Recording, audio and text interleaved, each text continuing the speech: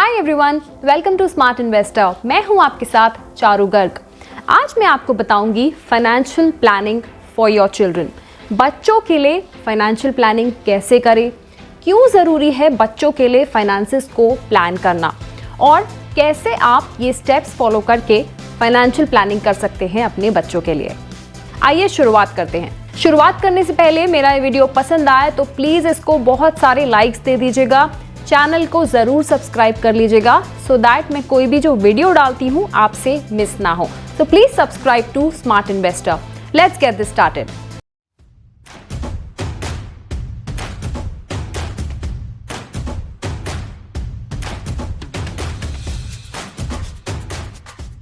हर कोई चाहता है उसके बच्चे का भविष्य बेहतर हो, एक अच्छी जिंदगी के लिए, बेहतर जिंदगी के लिए, अच्छी पढ़ाई हो, शादी के लिए या जो भी कोई लक्ष्य है उसके आने वाले समय के लिए कि आपके पास इतना सेविंग्स हो, आपका इतना इन्वेस्टमेंट हो कि जब आपको ज़रूरत पड़े तो आप अपने लक्ष्य को पूरा कर सकें।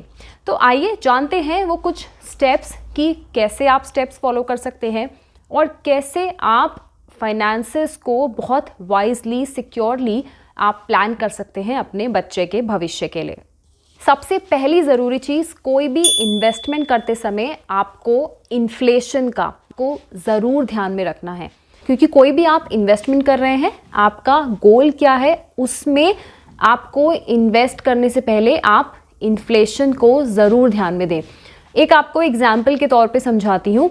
सपोज़ आपने अपने बच्चे को लेट्स अज्यूम 10 साल बाद आप उसे किसी टॉप 20 स्कूल में आप कुछ एग्जीक्यूटिव प्रोग्राम उसको कराना चाहते हैं, तो अब जो उसकी फ़ीस है, और अगर हम 10 साल बाद या फॉर एग्जांपल 5 साल बाद में उस फीस को उसको मैं एज्यूम करती हूँ, तो ईयरली जो है वो 12% उसका लेट्स सपोज 10% 12% वो इंक्रीज़ होगा। And if I calculate after 10 years, तो उसका जो अभी फीस है, फॉर एग्जांपल लेट्स से हम किसी MBA प्रोग्राम का लेट्स एज्यूम फीस अभी उसका 23 लाख में एज्यूम करती हूँ।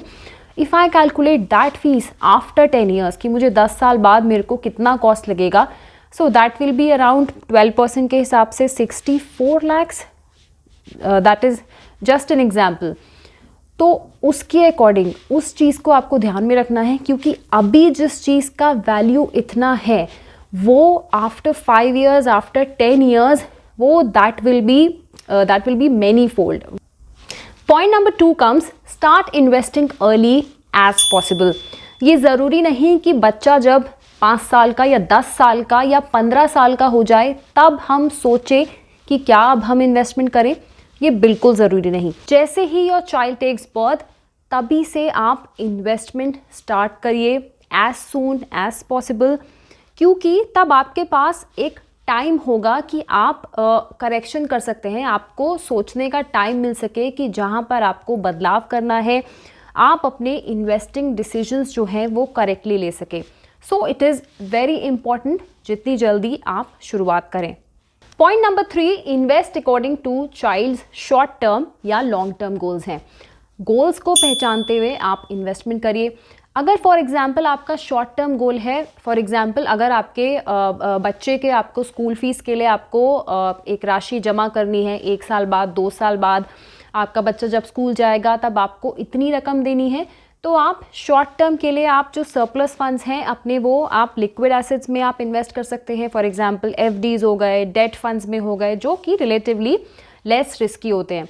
और लॉन्ग टर्म गोल है, लॉन्ग टर्म गोल हो गया आपका हायर एजुकेशन हो गया, बच्चे की मैरिज के लिए हो गया, उसमें आप इक्विटी इन्वेस्टमेंट्स का चुनाव करिए with moderate risk and with good returns.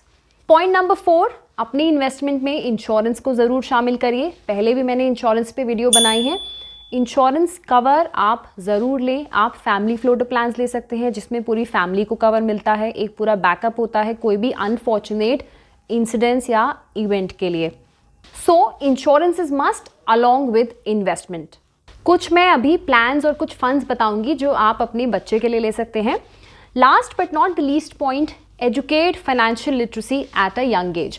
As a parent आप भी चाहते हैं आपका बच्चा पैसे को समझे, वैल्यू जो है मनी का उसको समझे, तो आप भी यंगर एज में अपने बच्चे को एजुकेट करिए, उसको समझाइए कि पैसे का क्या महत्व है और कैसे उसको वाइजली वो यूज़ कर सकता है। So it is very important as a parent कि आप अपने बच्चे को फाइनेंशियल लिटरेसी के बारे में अवेयर कराएं।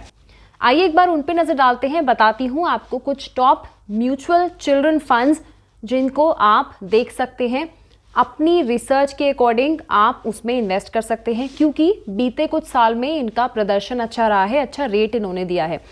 तो इनमें से कुछ फंड्स हैं जो टॉप चिल्ड्रंस म्यूचुअल फंड्स हैं। ICICI Prudential child care fund, HDFC children's gift fund, उसके बाद है टाटा यंग सिटीजन्स फंड, उसके बाद आता है Franklin's children's asset plan, UTI children's career plan और एक्सिस चिल्ड्रंस गिफ्ट फंड। एक और स्कीम को देख लेते हैं, सुकन्या समृद्धि योजना, जो कि गर्ल चाइल्ड के लिए है। अगर आपकी बेटी है, आपकी गर्ल चाइल्ड है, तो आप उसके नाम पर ये सुकन्या समृद्धि योजना आप स्कीम खुलवा सकते हैं।